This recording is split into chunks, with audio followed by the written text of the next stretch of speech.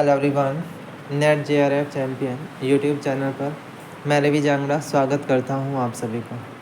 स्वागत है आपका आज के इस यूट्यूब सेशन में। और आज की जो हमारी ये क्लास है, इस क्लास में हम बिज़नेस एनवायरनमेंट के बारे में डिस्कस कर रहे हैं। जैसा कि आप सभी को पता है कि HPSC कॉमर्स असिस्टेंट प्रोफेसर का जो एग्ज़ाम है वो बड़ा ही पास आ चुका है। 22 जून को हमारा एग्ज़ाम होने वाला है।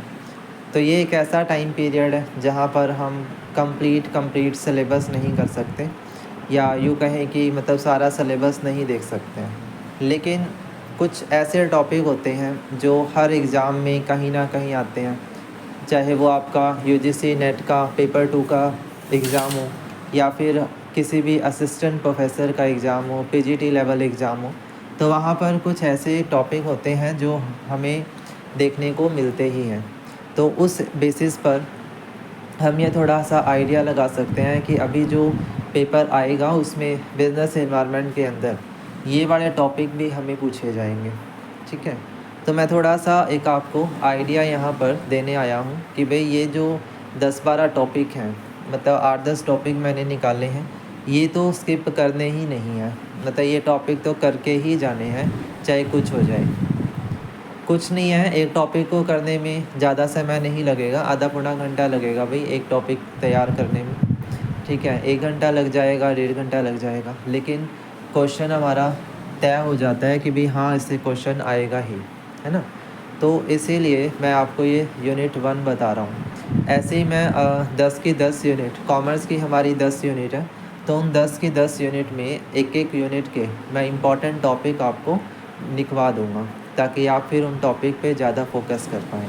ये थोड़ा सा एनालिसिस बेस करके मैंने चीज़ें बताई हैं, क्योंकि मैं PYQs और सारी चीज़ें एनालाइज़ करके ही आपको ये बता रहा हूँ कि कौन से टॉपिक हैं जो ज़्यादातर एग्ज़ाम में चल रहे हैं। तो यहाँ पे सबसे पहला जो टॉपिक है वो है रीजनल इकोनॉमिक इंटीग्रेशन। ठीक है, जो इंटरनेशनल इकोनॉमिक इंटीग्रेशन हुए हैं उनको लेकर के हर पेपर में क्वेश्चन बन रहा है। कभी वो उसकी क्रोनोलॉजी पूछ लेते हैं, कभी उसमें स्पेसिफिक पूछ लेते हैं कि यूरोपियन यूनियन का एक्सप्लेन करो, कॉमन मार्केट के ऊपर कोई फीचर आपसे पूछ ले, है ना, या उनमें कहे कि भी एक स्टेटमेंट कौन सी ट्रू है कौन सी रॉन्ग है, ऐसे करके क्वेश्चन आ गया, है ना। या फिर आपसे इसे पूछ लेंगे कि भाई उनका यूरोपियन यूनियन कब बना, है ना, या कॉमन मार्केट कब बनी है। ऐसे कुछ रीजनल ब्लॉक्स हमारे हैं इंटरनेशनल लेवल पे, तो उन्हें थोड़ा सा डिटेल के साथ पढ़ने की ज़रूरत है। बड़े ही इंपॉर्टेंट टॉपिक हैं, उनमें से पेपर में क्वेश्चन बन रहे हैं। इसी तरह हमारे पास एक टॉपिक आएगा इंटरनेशनल ऑर्गेनाइजेशन। अब इंटरनेशनल लेवल पर बहुत सारी ऑर्गेनाइजेशन है, जैसे IMF है, इंटरनेशनल मॉनिटरी फंड है, वर्ल्ड बैंक है, WTO है, वर्ल्ड ट्रेड ऑर्गेनाइजेशन, गैट है ना, गैट को रिप्लेस करके WTO आया, UN है, या लेबर ऑर्गेनाइजेशन है, इंटरनेशनल लेबर ऑर्गेनाइजेशन है ना।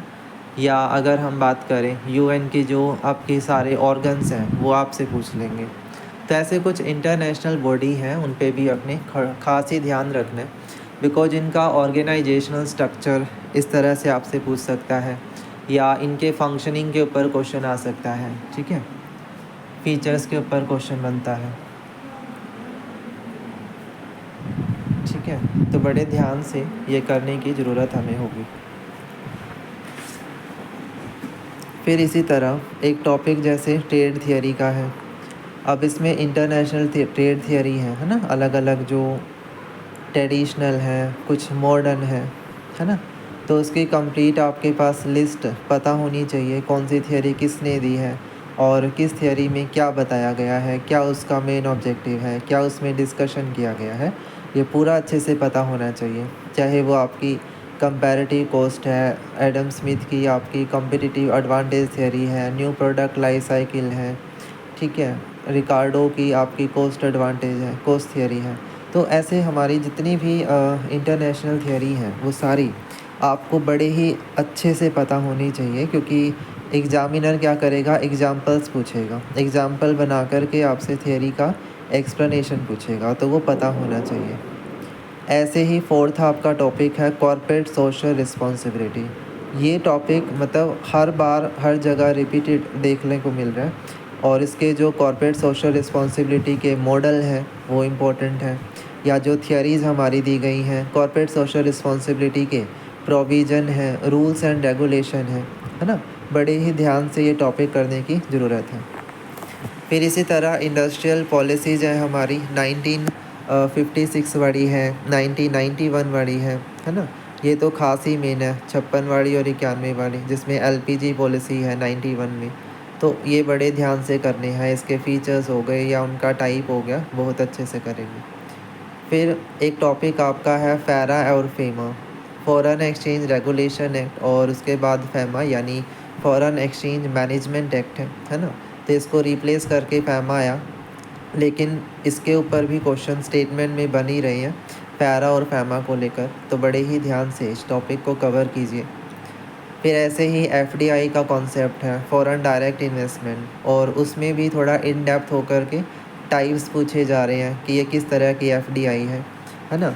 तो एफडीआई के टाइप्स पढ़ लीजिए, उसमें स्पेसिफिक हर एक का मतलब मीनिंग पता हो, उसके एग्जांपल्स पता हो थोड़े बहुत, क्योंकि थोड़ा इन डेप्थ करके ही क्वेश्चन बनना है। फिर ऐसे ही आपके पास 5 ईयर प्लान है हमारे, कि 5 ईयर प्लानिंग सिस्टम हमारा कैसे काम करता है, नीति आयोग कैसे काम कर रही है, कैसे उसके रिप्लेस कर दिया है। कंज्यूमर प्रोटेक्शन एक्ट 1986 है, इसके रूल्स हैं, कंज्यूमर के रूल हैं, राइट हैं, पेनल्टीज़ हैं, या ग्रीवेंस सिस्टम है ना। बहुत सारे इस तरह के टॉपिक कंज्यूमर प्रोटेक्शन से हैं। ऐसे ही मोड्स ऑफ इंटरनेशनल बिजनेस, कि इंटरनेशनल बिजनेस में आने के लिए कौन से मेथड यूज होते हैं, franchisee, joint venture, direct investment, exporting है ना, या इस तरह के ट्रंकी प्रोजेक्ट, मतलब जितने भी तरह के मोड हैं बड़े ध्यान से आपने फोकस करने हैं। मतलब ये तो वो टॉपिक हैं जो रिपीटेडली चल रहे हैं, ठीक है। ये वो टॉपिक हैं जो रिपीटेडली पीवाईक्यू में चल रहे हैं, चाहे वो यूजीसी नेट हो या किसी अदर स्टेट का आपका असिस्टेंट प्रोफेसर का पेपर हो। तो इन्हें तो बड़े ध्यान से आप करेंगे ही करेंगे। तो उम्मीद करता हूँ कि भाई आपने ये टॉपिक नोट कर लिए होंगे, इम्पोर्टेंट है। बाकी ये पीडीएफ भी मैं एक बार टेलीग्राम पर और ग्रुप में शेयर कर दूँगा, ताकि आप इसको आसानी से लिख पाएँ। और अगर लगता है कि इनके नोट्स वगैरह की रिक्वायरमेंट होगी तो वो भी बता सकते हैं, ठीक है। चलिए, थैंक यू सो मच। इसी के साथ इस सेशन को एंड करता हूँ, मिलेंगे एक नए सेशन के साथ।